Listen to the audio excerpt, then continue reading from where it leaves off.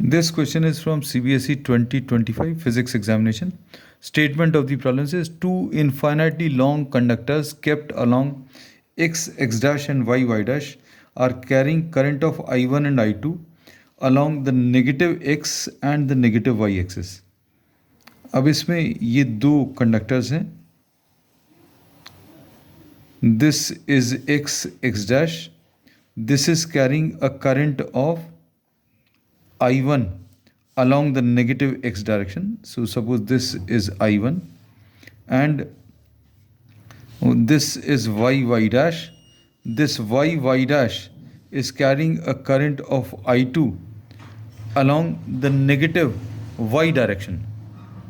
And they are asking for find the magnitude and direction of the net magnetic field produced at the point P. This is the point P, which is having the coordinates x, y. So you have to find out the magnetic field at point P and the direction. Magnitude and direction are to be found out. तो magnetic field जो formula use होना है, the key concept in this problem is B is equal to mu 0 I upon 2 pi r. So this is magnetic field due to a straight current carrying conductor of infinite length. Now suppose if we try to find out the magnetic field due to the current carrying conductor which is carrying a current I1, suppose this is represented by B1. तो इसकी वजह से magnetic field will be mu 0 I upon 2 pi.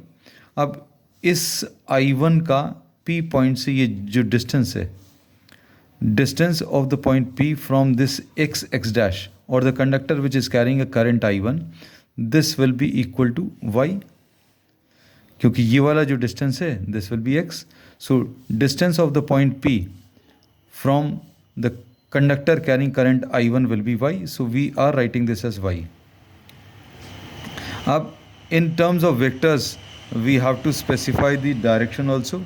Direction बताने के लिए we make use of the right hand curl rule.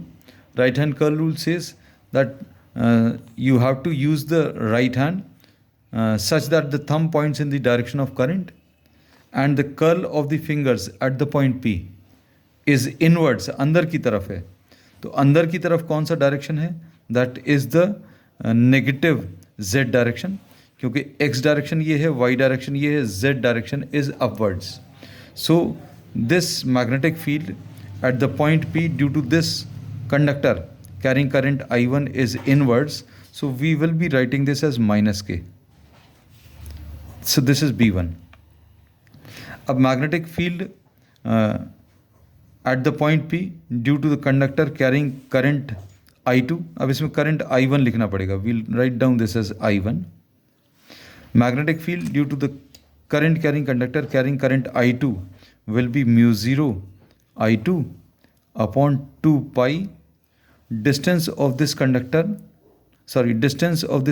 from the point P. P का इस conductor से distance जो है that is x. So we will be writing this as x. अब इसका direction कैसा रहेगा? Magnetic field due to this conductor which is carrying current in downward direction. इसके लिए अभी हम लोग क्या करेंगे? We make use once again the right hand, thumb pointing in the direction of current and curl of the fingers at the point P. Curl of the fingers at the point P will be outward, and since this is outward, तो outward direction को अभी हम लोग plus के लिखते हैं. तो इसको ऐसा भी लिख सकते हैं, this is inwards and this is outward. अब net magnetic field at point P will be equal to B1 plus B2. दोनों अगर अभी हम लोग वैल्यूज़ लिखें तो ये कितना आ जाएगा? mu 0 I1 अपॉन 2 पाई y माइनस के plus mu 0 I2 upon 2 pi x and plus के. अब इसमें k हम लोगों ने कॉमन ले लिया. mu 0 अपॉन 2 पाई भी कॉमन ले लिया. अंदर क्या बचा?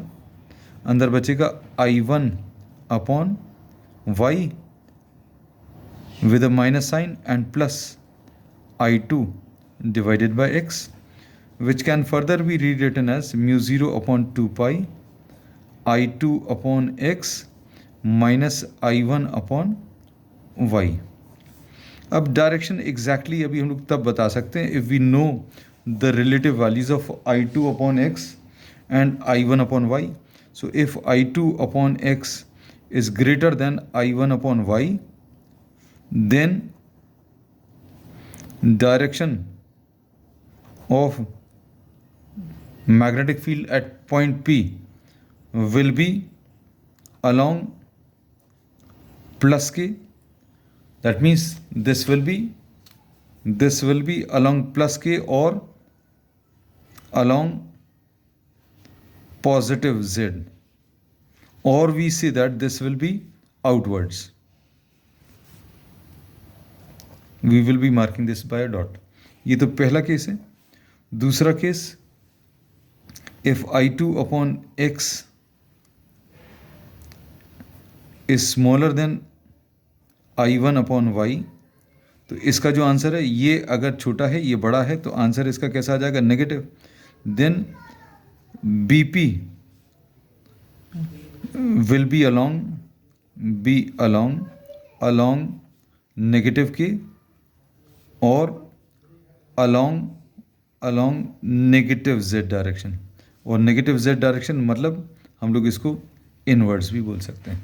So the value is this, and the direction will depend on the relative values of I1 upon y and I2 upon x.